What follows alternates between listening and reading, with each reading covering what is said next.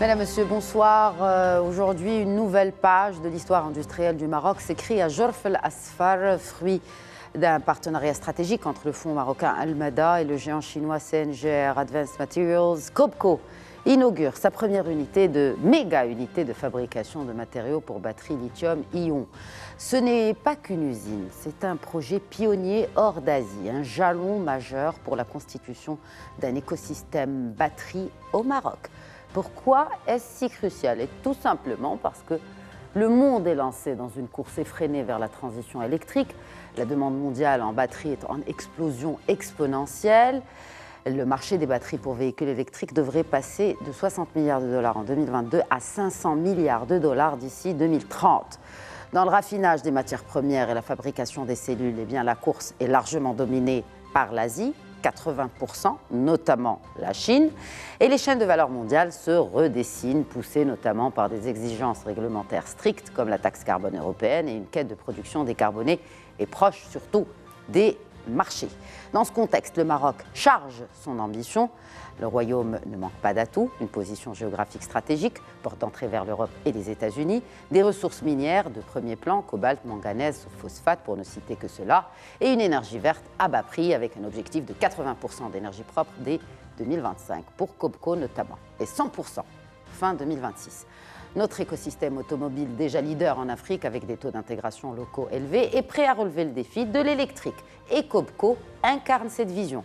Un investissement de 2 milliards de dollars, des capacités de production colossales et surtout des unités de raffinage et de recyclage qui visent une intégration locale maximale et une circularité exemplaire des matériaux. Bref, une prouesse industrielle réalisée en moins d'1 an. J'accueille pour l'émission ce soir le président de la Fédération nationale de l'électricité, de l'électronique et des énergies renouvelables, Ali El Harti. Bonsoir et bienvenue. Merci pour l'invitation, Khadija. Merci à vous de l'accepter, de répondre à nos questions et un plaisir aussi d'accueillir le président de l'Association de coopération Afrique-Chine pour le développement, Nasser Bouchiba. Bonsoir et bienvenue à vous également. Bonsoir et merci pour votre invitation. Merci à vous de l'accepter. 2 milliards de dollars, une prouesse, je le disais, une prouesse industrielle réalisée en moins d'1 an, avec cet objectif de production totale de 70 gigawatts par an, ce qui pourrait alimenter plus d'1 million de véhicules électriques. Nasser Bouchiba, c'est un peu la concrétisation d'une coopération Maroc-Chine qui diffère des autres coopérations de la Chine, notamment sur le continent africain. Comme vous l'avez signalé, c'est un nouveau modèle de partenariat entre la Chine et les pays africains. Nous avons toujours, en tant qu'acteurs académiques, économiques et associatifs, nous avons toujours milité pour la nécessité d'identifier un nouveau modèle où les pays africains pourront, où les entreprises des pays africains pourront bénéficier de cet essor que connaît l'économie chinoise en général. Donc le Maroc, à travers Cobco, c'est un nouvel modèle de développement qui est de partenariat qui est axé sur le co-développement à travers ce modèle de co-entreprise, des joint ventures. Donc c'est un partenaire qu'on qualifiait avant d'efficace, vu d'abord il est basé sur une technologie chinoise de pointe qui est le fruit d'un investissement massif en R&D. À titre d'information, en 2024, la Chine a investi plus de 500 milliards de dollars en recherche et développement, dont 80% au niveau des entreprises et des universités. Deuxième composant de ce modèle innovant, c'est cette volonté de la part de nos partenaires chinois de partager leurs technologies. Bien sûr, il ne s'agit pas d'un acte altruiste ou idéaliste, mais surtout, c'est une approche intelligente pour achever leur expansion à l'international, vu les atouts structurels dont dispose notre pays. Et troisièmement, c'est surtout cet élément que nous appelons la réceptivité marocaine, qui est fondée sur cette vision du développement, fondée par Sa Majesté le Roi, que Dieu l'assiste, par ces atouts structurels qui sont la stabilité politique, la sécurité, cet environnement, le climat d'affaires, mais aussi cette volonté du Maroc d'utiliser des approches innovantes pour apporter des solutions à des défis socio-économiques. Donc ce modèle qui est, comme vous avez souligné, qui est différent d'autres modèles, par exemple de nos voisins de l'Est, qui repose surtout sur l'attraction de financement chinois au Maroc. Nous sommes intéressés par les nouvelles technologies et par leur application et le co-développement conjoint de ces technologies en faveur du développement national et continental. Cette Gigafactory n'est pas la seule, mais parlons justement de cette Gigafactory pour les batteries électriques. Alors, on parle d'une superficie de 200 hectares qui fait partie d'une zone industrielle. Ali El-Harti, vous, en tant que professionnel, comment vous avez d'abord accueilli cette inauguration aujourd'hui de Cobco et quels sont les horizons qui se dessinent à vous, en tant qu'industriel et en tant qu'acteur majeur de cette souveraineté industrielle du Maroc dans un secteur très stratégique et très pointu qu'est celui de l'électrique? Parfait. Je commencerai par la première question. Comment on prend cette nouvelle fierté, grande fierté? Le Maroc aujourd'hui est en train de réussir un très grand coup. Une usine de 70 gigawatts, c'est l'équivalent d'une grande usine en Europe. Il y en a aujourd'hui 4 ou 5. Et donc le Maroc aujourd'hui se positionne d'une manière très très forte.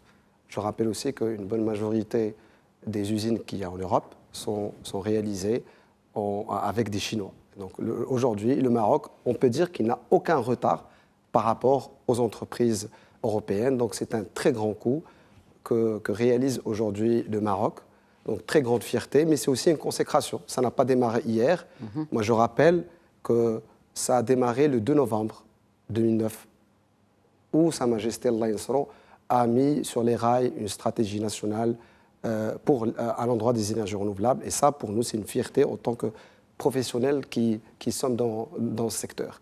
Et donc, pour nous, ça ouvre énormément d'opportunités parce qu'il y a un lien très fort entre tout ce qui est mobilité électrique et les énergies renouvelables. Je rappelle qu'aujourd'hui, 90% des batteries sont destinées à la mobilité électrique, 20 millions de véhicules fabriqués tous les ans. 10% aujourd'hui de cette capacité est destinée aux renouvelables. Pourquoi? Pour résoudre la problématique aujourd'hui de l'intermittence. Comme vous le savez, aujourd'hui, le Maroc, et vous l'avez très bien dit, brillamment dit, la Khadija, lors de votre introduction, nous avons un coût très bas aujourd'hui en renouvelables, que ce soit solaire et éolien. Je pense que nous sommes classés numéro 2 ou numéro 3 mondial, parce que nous avons un mix énergétique extrêmement intéressant. Quand il fait beau, quand il y a du soleil, il n'y a pas beaucoup de vent, et l'inverse, quand il n'y a pas beaucoup de soleil, il y a du vent. Donc le mix est intéressant. Maintenant, la problématique de l'intermittence se pose toujours. Pour résoudre cette problématique d'intermittence, il faut les batteries. Et donc le fait qu'aujourd'hui, et vous l'avez aussi très bien dit, il y a une croissance exponentielle, je reprends vos mots, dans le domaine de la batterie. Donc ça permet aujourd'hui une baisse des prix et qui va profiter aussi au stockage stationnaire. Aujourd'hui, nous sommes passés en quelques années de 300 $ le kilowattheure à aujourd'hui 100 $ le kilowattheure. Donc un potentiel énorme pour nos entreprises aujourd'hui qui vont de plus en plus s'orienter vers tout ce qui est renouvelable. Donc, ce qui fait que ça ferait un peu, cette Gigafactory, elle joue le rôle aussi d'une locomotive où vont, permettez-moi l'expression, se pluguer plusieurs autres industries. Quelles pourraient être ces autres industries marocaines qui pourraient s'arrimer à ce projet pharaonique qu'est cette Gigafactory de Jorf Asfar? Très bien. Aujourd'hui, cette factory, il s'agit avant tout de la matière première. Et donc, on n'est pas encore au niveau de la batterie finale. Donc, moi, je verrais très bien un écosystème où il y a des fabricants de batteries stationnaires qui viendront aujourd'hui optimiser leurs coûts de la supply chain en s'installant au Maroc et en sourçant chez cette entreprise Cobco. Et je pense que c'est déjà le cas. Il y a aujourd'hui des fabricants chinois qui se positionnent déjà, qui sont déjà au Maroc et qui dans leur supply chain, se basent sur cette usine. Et donc, oui, avoir aujourd'hui un écosystème équivalent à l'écosystème automobile. Et le Maroc aujourd'hui gagnerait aussi à créer des entreprises qui ne vont pas seulement se positionner sur la matière, parce qu'on ne le veuille ou pas aujourd'hui, pour se positionner sur la matière, il faudrait aujourd'hui avoir une certaine taille. C'est ce que les Chinois ont pu réussir et ont pu dominer ce secteur. Ils ont l'expérience, exactement. Ils dominent le secteur parce qu'ils ont l'expérience. Et ils s'exportent finalement parce qu'ils ont les atouts nécessaires pour cette expansion. Mais il faut une certaine taille, ce que vous dites, c'est une certaine échelle pour pouvoir raffiner. Effectivement. Alors, pour vous donner des chiffres, aujourd'hui, pour pouvoir installer une usine de batterie au Maroc, stationnaire, pour le stockage de l'énergie, il faut quelque chose comme 10 gigawatts-heure. Le Maroc, on consomme l'équivalent on a des projets pour l'équivalent de 1 jusqu'à 3 gigawatts-heure par an. Donc, ce n'est peut-être pas tout de suite suffisant si on se base sur le marché marocain. Mais comme vous le savez, aujourd'hui, l'Europe, c'est notre principal client, à 66% de nos exportations. Et donc, Moi, je verrai très bien dans les mois à venir, dans les années à venir, des entreprises qui se positionnent, chinoises bien sûr, avec des entreprises marocaines aujourd'hui qui ont une vraie ambition à se positionner dans ce secteur. Et il y a aussi à mettre en avant, j'ai oublié de le dire peut-être, c'est que le fait que le chinois CNGR s'installe et avec un très grand groupe qui s'appelle aujourd'hui El Mada, avec sa filiale Managem, qui est aujourd'hui une filiale qui est en train de fêter ses 100 ans d'expérience. Ça aussi, c'est quelque chose qui est extraordinaire pour le pays, parce que ça veut dire aussi que nous avons nos industriels et nos entrepreneurs aujourd'hui ont une certaine taille et ont une certaine vision stratégique qui leur permet de se positionner sur un métier d'avenir. Et donc pour nous, oui, clairement au niveau de la FENELEC, nous encourageons la mise en place d'entreprises spécialisées dans la batterie, pas que dans la matière, mais autour de la matière, notamment tout ce qui est BMS, Battery Management System. Nous allons revenir aux prérequis pour que ces entreprises puissent justement se lancer, parce que c'est une réelle aventure, parce que c'est nouveau, c'est très innovant. Alors, vous avez bien fait de le souligner. Il faut rappeler aussi que le Maroc vise un peu à maîtriser toute la chaîne de valeur, à savoir les mines, les composants, les batteries et la finalité, c'est le véhicule électrique. Vous avez aussi évoqué tout à l'heure un point important. Quel genre de transfert de technologie les Chinois pourraient envisager pour le cas Maroc, Nasser Bouchiba? Aujourd'hui, nous sommes un modèle qui est très innovant, qui est celui de la co-entreprise. Et comme a signalé M. Halti, c'est un modèle qui est largement adopté dans les pays développés, notamment en Europe, aux États-Unis et en Australie. Donc le Maroc, à travers ce modèle de co-entreprise, c'est une bonne nouvelle pour les ingénieurs, les techniciens marocains, puisque c'est un projet qui va fournir une belle plateforme pour qu'ils puissent améliorer leurs compétences. Je souhaite, en tant qu'observateur et en tant qu'acteur dans le domaine des mines et des ressources, la valorisation des ressources naturelles en Afrique, que les universités, les centres de recherche au niveau national qui puissent suivre cette optique.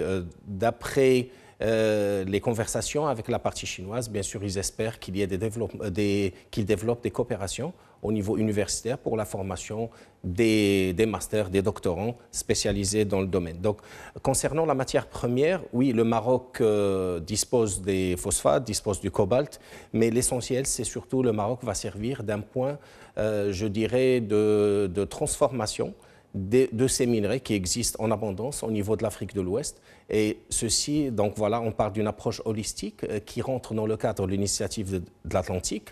Et c'est pour cela qu'aujourd'hui, je suis d'accord que c'est un grand jour pour l'industrie nationale, ce projet, qui est un projet, nous recevons toutes les semaines des délégations chinoises dans le domaine des batteries, mais dans le domaine connexe, qui sont encouragées par l'inauguration de ce projet. Donc, c'est une grande opportunité pour le Maroc, pour nos jeunes, mais aussi nous espérons que les centres de recherche et les universités qu'ils jouent leur rôle en matière de développement de cet écosystème autour de cette nouvelle industrie qui est l'industrie des batteries électriques qui constitueront bien sûr le futur de l'industrie automobile au Maroc. Oui, et qui nécessite des minerais critiques.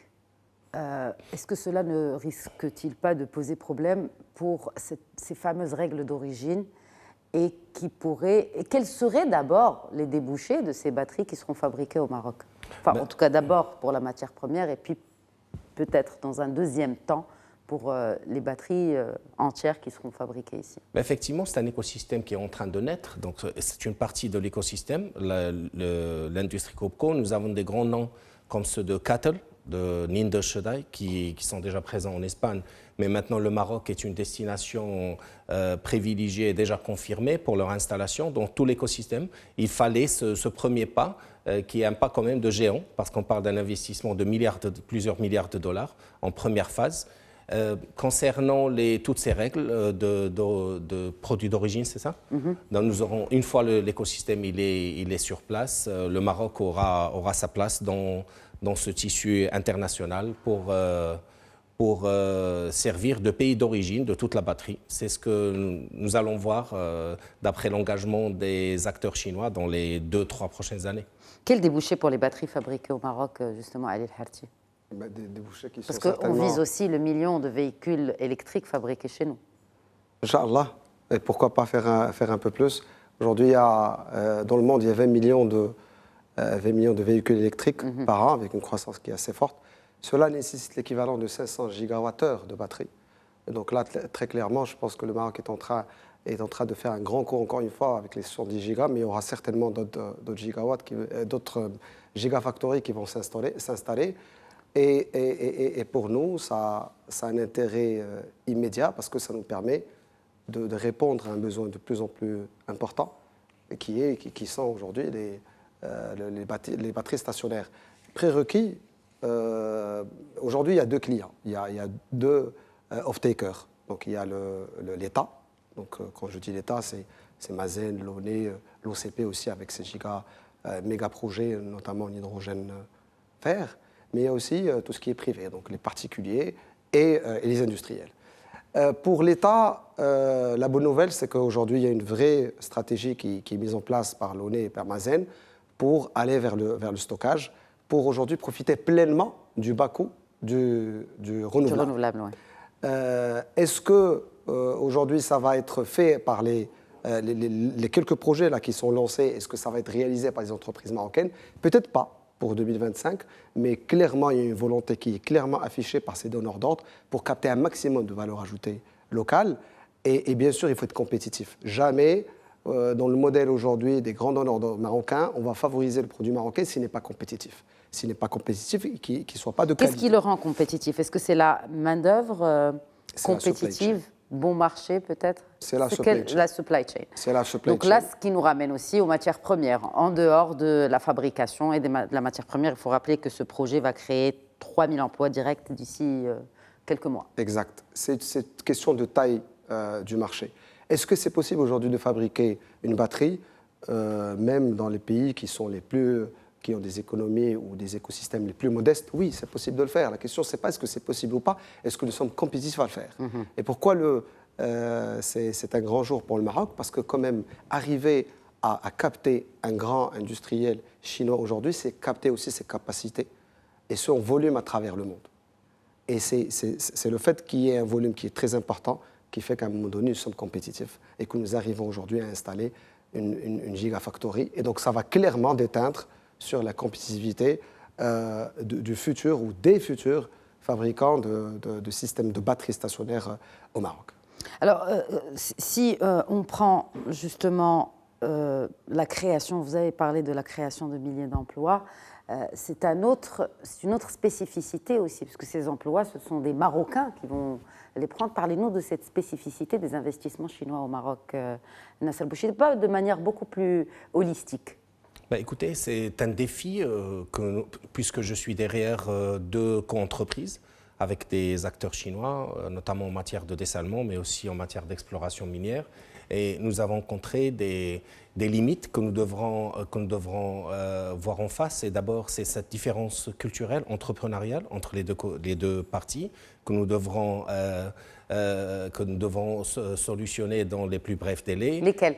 Par exemple, si vous m'avez tendu une perche, je ne peux pas ne pas la saisir. Écoutez, par rapport à tout ce qui est production, tout ce qui est opération, des fois c'est surtout d'ordre culturel. Par exemple, on doit convaincre nos amis chinois que durant les fêtes religieuses, que les ouvriers devront rentrer chez eux pendant une période de 2-3 semaines. Et ça, c'est un petit exemple de plusieurs exemples qu'on doit s'aligner. Donc, il y a une période d'harmonisation, puisque la co-entreprise, comme je discutais avec M. Halti avant le début de cette émission, c'est qu'avec les pays européens, c'est très mature, on se connaît très bien, mais avec la Chine, c'est une nouvelle destination. Donc, il faudra un travail de fond en matière d'adaptation culturelle entre deux différentes cultures entrepreneuriales. Ça tombe bien, vous avez un acteur de la CGEM avec nous, il ne représente pas moi, c'est l'autre casquette parmi plusieurs casquettes de Ali El-Harthi, c'est qu'il représente aussi le patronat. Donc effectivement, le patronat peut-être a aussi son rôle à jouer pour rapprocher les deux rives, à savoir le Maroc avec les partenaires chinois, donc un travail aussi. Message reçu, n'est-ce pas? Clair, très clair. Il existe un conseil d'affaires Maroc-Chine au sein de la CGEM. Il y a 2 jours, nous avions une réunion avec des acteurs chinois au Maroc, des acteurs aussi qui sont intéressés par investir au Maroc. Et parmi les sujets principaux qui sont discutés, c'est cette adaptation culturelle entre les deux parties. Oui. En tous les cas, on se réjouit du modèle de co-entreprise. C'est un modèle qui est très avancé. On ne le voit pas beaucoup en Afrique. il y a le modèle traditionnel qui consistait à que les entreprises chinoises s'installent en Afrique contre l'acquisition ou le développement de ressources naturelles locales. Il y a l'autre modèle qu'on a cité, celui du financement, mais au Maroc, aujourd'hui, on se réjouit de voir que c'est une co-entreprise et c'est un vrai pont pour le transfert de savoir-faire technologie. Reste de mettre en place les mécanismes, ressources humaines, en matière de ressources humaines de formation, mais aussi, je le souligne parce que j'ai passé... S'il faut commencer par... Pardon, je vous laisse finir, après parce que quand même, cette année, je célèbre ma 30e année avec la Chine.